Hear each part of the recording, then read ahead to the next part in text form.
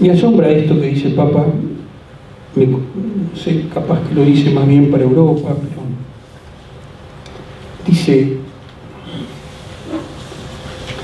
el hombre y la mujer del mundo posmoderno corren el riesgo permanente de volverse profundamente individualistas, y muchos problemas sociales se relacionan con el inmediatismo egoísta actual, con las crisis de los lazos familiares y sociales y con las dificultades para el reconocimiento del otro.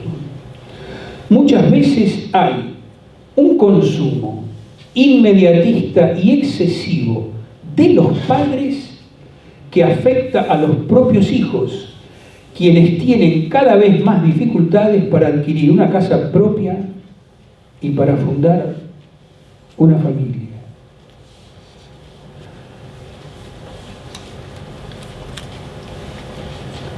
Visto este panorama de vida y de amenaza de vida, como plantea el documento de trabajo del sínodo. La primera parte del sínodo es la vida, la segunda parte es la vida amenazada. Entonces, ¿qué hace el Santo Padre? Plantea primero el problema ecológico que nosotros acabamos de manifestar y dice: vamos a tomar una región del mundo con el río más grande del mundo, que tiene más de 1000 afluentes, que tiene el 20% de las reservas de agua dulce del mundo, que tiene un equilibrio en el ecosistema impresionante a través de sus bosques, que tiene más de 1000 afluentes y en cuyos afluentes viven comunidades pobrísimas, 33 millones de habitantes en las cuencas del Amazonas que pertenecen a Brasil, 67%, y el resto a Ecuador, Venezuela, Bolivia, las Guayanas, Colombia. Entonces, Papa dice: hagamos aterrizar Laudato Si, para que tomando una región concreta donde se da este deterioro tremendo del ambiente, el extractivismo, la tala indiscriminada de árboles, todo, el envenenamiento de las aguas, todo, donde se da todo esto, al mismo tiempo que la gran belleza y la exuberancia y el equilibrio de las humedades. Bueno, tomemos esta región, que es tremendamente fundamental, como la cuenca del Congo, que seguramente habrá una repercusión muy grande de este sínodo en el tema de la cuenca del Congo, y veamos el eco que esta problemática disemina hacia el resto del mundo. Pero hagamos un sínodo regional. Eso sí, hagámoslo en Roma, para que aterrizar, predicar el Evangelio a estos hermanos, lugares a los que se llega a enormes distancias, a los que se llega en canoa, esta problemática concreta, ecológica, entendido ecológica como el Papa Francisco, deterioro de la tierra, deterioro del hombre, deterioro de la tierra. ¿A dónde van estos hermanitos nuestros que están migrando continuamente? ¿A dónde van? ¿A dónde van? No puedo pescar, no puedo cultivar, me liquidan los árboles, pierdo la selva, que es como un dios, como una madre, la selva, pierdo la selva, pierdo el lenguaje. No, resisten estas 110 misteriosas comunidades. Y los obispos y la Iglesia y el Papa se preguntan: bueno, muy bien, en medio de todo este desastre, vamos a decir, ecológico, lo que estamos haciendo con el río y con la tierra, que son vida regalada. Muy bien, frente a esto, ¿qué hacemos por estos hermanos? Que migran y van a las ciudades y no se pueden adaptar, y sufren la trata de personas, y sufren el negocio de la prostitución, que es impresionante.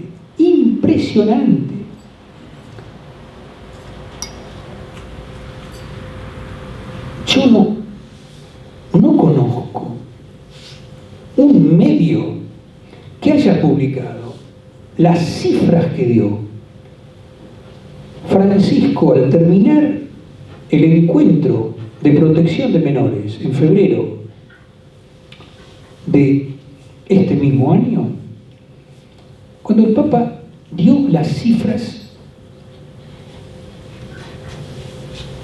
del turismo que tenía que ver con chicos. Realmente me pareció espantoso. 3 millones de personas. 3 millones de personas, ¿eh? A tener relaciones sexuales con chicos. Viajes de placer.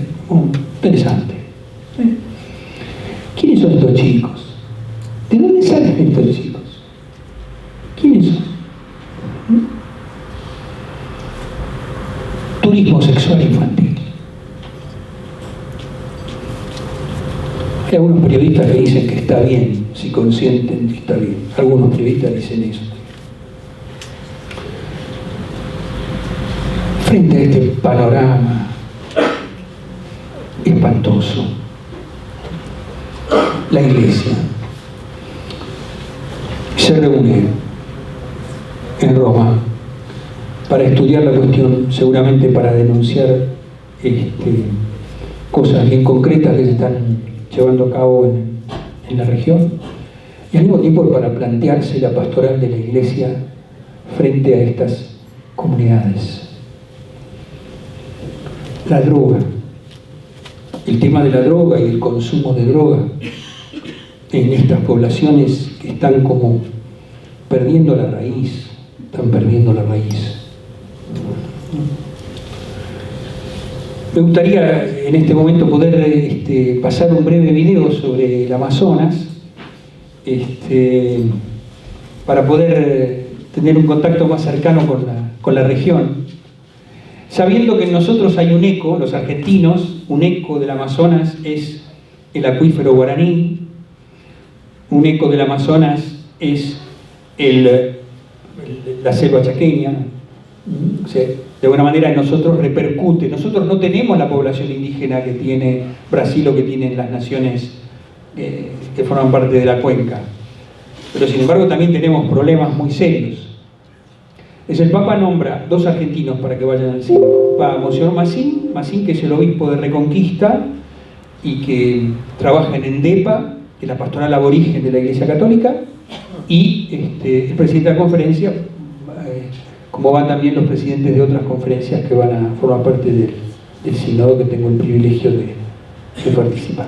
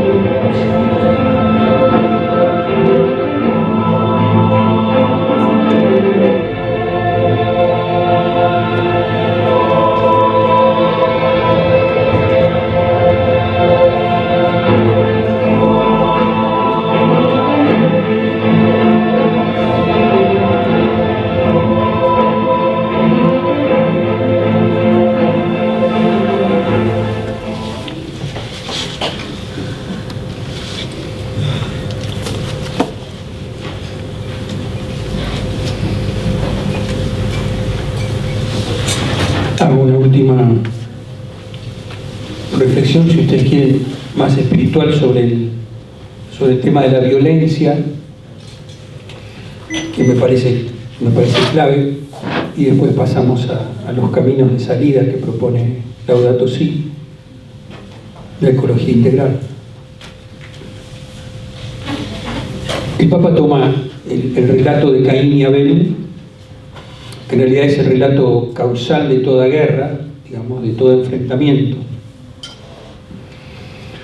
Caín se enfurece con Abel, y nosotros pensamos simplemente porque a Abel le fue bien y a él le fue mal, porque al pastor le fue bien y al labrador le fue mal. ¿Por qué? ¿Por qué lo matan? Acá aparece dentro del misterio del pecado, una de las que para mí son las causas más profundas de la violencia entre nosotros, y es el miedo. Yo proyecto una sombra, proyecto que el otro me va a aniquilar o me puede aniquilar, proyecto que el otro me va a sacar del medio, entonces lo mato. En el relato del capítulo 4 del Génesis, el texto dice, cuando Dios se apersona, digamos, a Caín: la sangre de tu hermano clama a mí desde la tierra. Sangre y tierra, vida y tierra, están unidas en el relato. Está puesto como una unidad. Y el castigo o la pena tienen que ver también con la naturaleza. El castigo bíblico, el parirás los hijos con dolor o ganarás el pan con el sudor de tu frente, tiene que ver también con una implicancia en la naturaleza del costo humano o de la penalidad humana. No nos olvidemos que la Biblia, en el libro del Levítico, donde establece la ley y la concretidad de la ley mosaica, en el capítulo 25 del Levítico, versículo 23, dice: la tierra es mía y ustedes son forasteros y huéspedes de mi tierra. Entonces los israelitas no podían vender la tierra, porque la tierra era de Dios. Y existían los jubileos. Los jubileos se liberaban a los esclavos y de alguna manera era como un empezar de nuevo. Pero ¿de dónde nace el tema del jubileo? El tema del jubileo nace en el tema del descanso sabático. El descanso, para la mentalidad bíblica, no es solamente porque el hombre necesita tener un día de fiesta y necesita recuperar su ritmo, sino también es para que descanse tu buey y tu asno, para que descanse la tierra. Entonces ahí hay una unidad bastante profunda entre lo que es la violencia y las repercusiones en las relaciones del hombre con la naturaleza. ¿Cuáles son los caminos de salida? Yo voy a hablar solamente de uno, porque el Papa, al hablar de ecología integral, habla de ecología en todos los sentidos. Se trata de buscar cómo cambiamos hábitos de vida.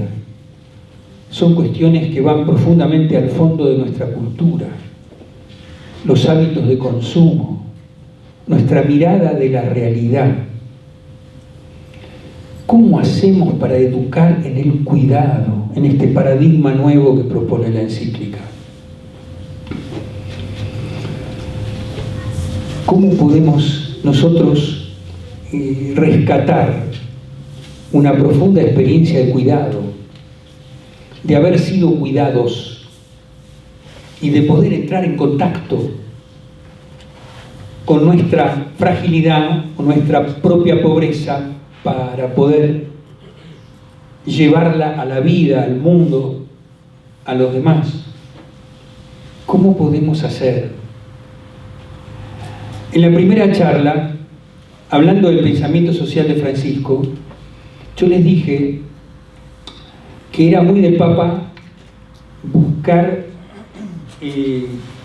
no perder las experiencias de contacto profundo que tenemos con nuestros hermanos más pobres.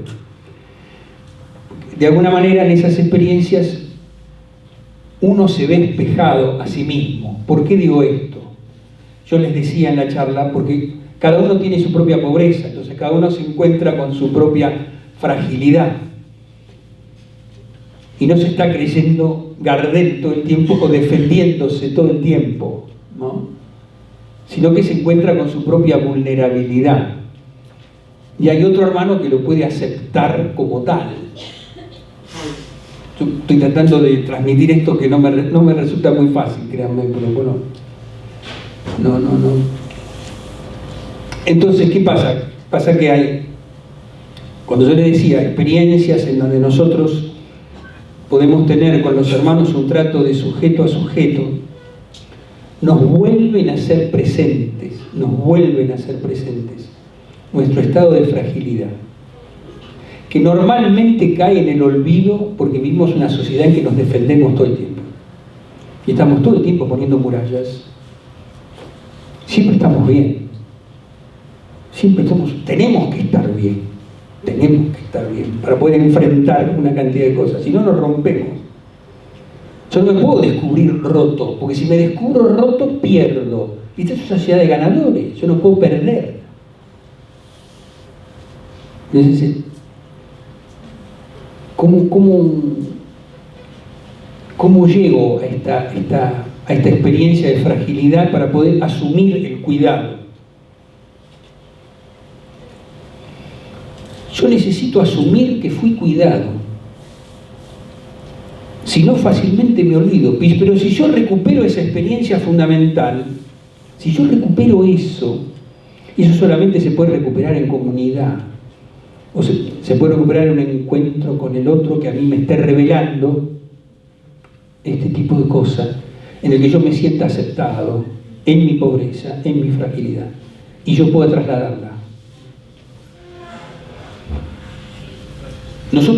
Todos nosotros, aunque nos hayamos olvidado de nuestro nacimiento, hemos nacido más o menos con 3 kilos y medio. Todos, ¿no? Mucho más no creo. Nacer es difícil, es una experiencia que nosotros la hemos bloqueado bastante, pero está acá en nuestro corazón, está presente. Nacer es muy costoso, es un shock muy grande nacer. Nosotros hemos salido de un lugar cálido y cómodo donde nadamos, que es el vientre de mamá, y de pronto nosotros nos encontramos con la luz y el oxígeno, que son elementos hostiles. Por eso lloramos, nacemos llorando. Todos nacemos llorando. Todos.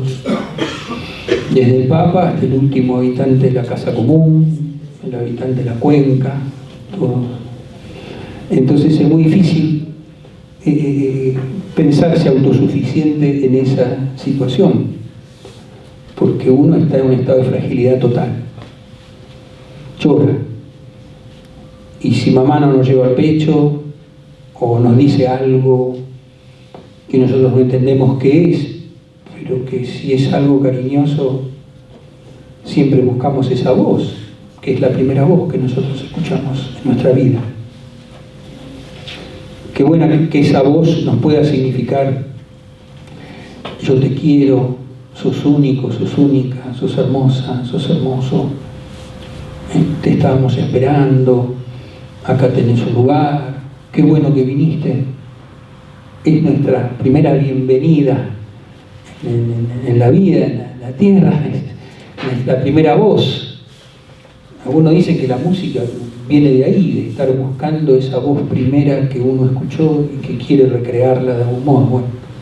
Bueno, nosotros, ante ese llamado del cuidado, del cuidado, nosotros vamos al pecho, comemos, dejamos de llorar, nos calmamos, cerramos los ojos, nos dormimos. Y es hermoso ver a un niño en ese estado de serenidad, vamos a decir, de placidez, ¿no? Entonces nosotros fuimos cuidados, tenemos experiencia de haber sido cuidados y respetados y socorridos en la fragilidad, porque solos no podemos nada, absolutamente nada. Ahora, el poder volver a esa experiencia, que es ni más ni menos que la que hace el buen samaritano, es la misma, el buen samaritano. Cuando ve al hombre caído y acude, se está viendo a sí mismo, ahí también. Yo soy ese. O yo puedo ser ese, o yo fui ese, pero yo me identifico con ese. Por eso bajo y me acerco y lo toco y lo curo y lo subo y lo elevo y lo acompaño, ¿no? Entonces, de alguna manera, se trata para poder ejercitar o comenzar a ejercitar el paradigma del cuidado, rescatar estas experiencias en las que hemos sido frágiles, porque si no es imposible. Nos bloquea la indiferencia, nos bloquea el individualismo, nos bloquean los muros que nos hemos construido para poder defendernos, una sociedad que ataca, que compite y en la que te sentís solo, salvo que te agarrás de 2 o 3 personas a las cuales te colgás. Pero esto es importante, pero no es el ideal de vida humana, social, ordenada o organizada, a la cual el Señor nos llama, en la cual podemos proponer una ecología integral. Entonces yo digo, nosotros que nos movemos en tantos ambientes, familiares, educacionales, sindicales, ¿sí? ¿Cómo poder crear desde lo más chiquito hasta lo más grande este paradigma del cuidado, del respeto, de la atención, de la vigilancia hacia el otro y hacia las cosas? Porque como tratamos a los demás, se ve que así tratamos también las cosas o la naturaleza. Va a ser un camino muy largo, un proceso, diría Papa Francisco, pero bueno, se trata de iniciar procesos y de ser creativos para poder llevarlos a la práctica. Termino con después las preguntas que ustedes quieren hacerme y yo les puedo contestar acerca del sínodo. Y termino con San Francisco, ¿no? Ustedes saben que San Francisco tuvo una vida que hay varias vidas de San Francisco, ¿no? La primera autorizada es la de Celano. Entonces, muchos discuten si esto es verdad, si era verdad, si es una leyenda. Las florecillas dicen que la mayoría son leyendas, otras no, bueno, no importa. Yo lo voy a contar como dice Celano, que lo cuenta Francisco. Una de las experiencias más tremendas de este santo, ¿no? Para aproximarnos a él nosotros tenemos que evitar todo tipo de romanticismo, hermano sol, hermana luna, todo eso, o sea, un poquito de lado, todo tipo de romanticismo. Resulta que Francisco, en su conversión de un hijo, un comerciante próspero a Jesucristo, que se convierte escuchando un texto del Evangelio en la iglesia, donde el Señor invita a dejarlo todo y él se lo toma en serio. Francisco tiene una experiencia notable con los leprosos. Los leprosarios eran muy comunes en la Edad Media, entonces Francisco acude a un leprosario, se anima a tocar la carne de un leproso y a besarlo, ¿no? Y a abrazarlo. Entonces, cuando él tiene la experiencia del abrazo al leproso, Francisco cae en la cuenta que se ha convertido a Jesús y lo invade una alegría inmensa. Guárdate. Bueno, entonces dice, A Francisco, como a muchos de nosotros, muchas cosas no le fue bien. No le fue bien, por ejemplo, como superior de la orden que fundó.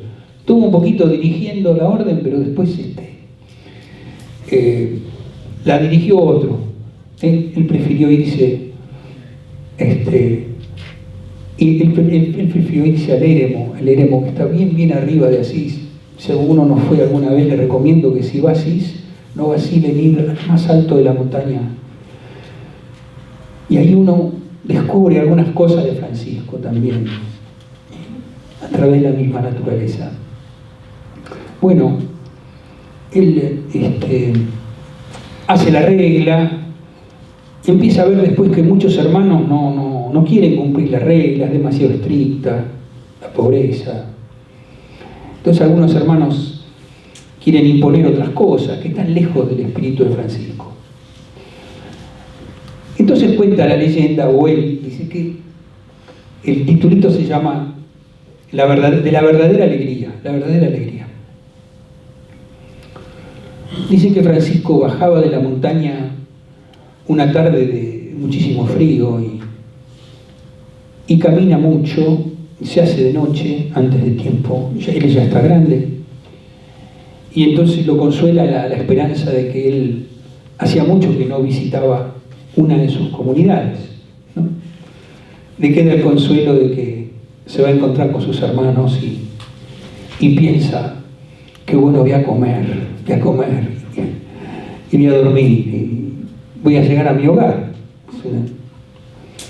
Entonces llega, toca la puerta, dice que Francisco, y de adentro una voz le dice: yo no te conozco, no sé quién sos, dice la voz.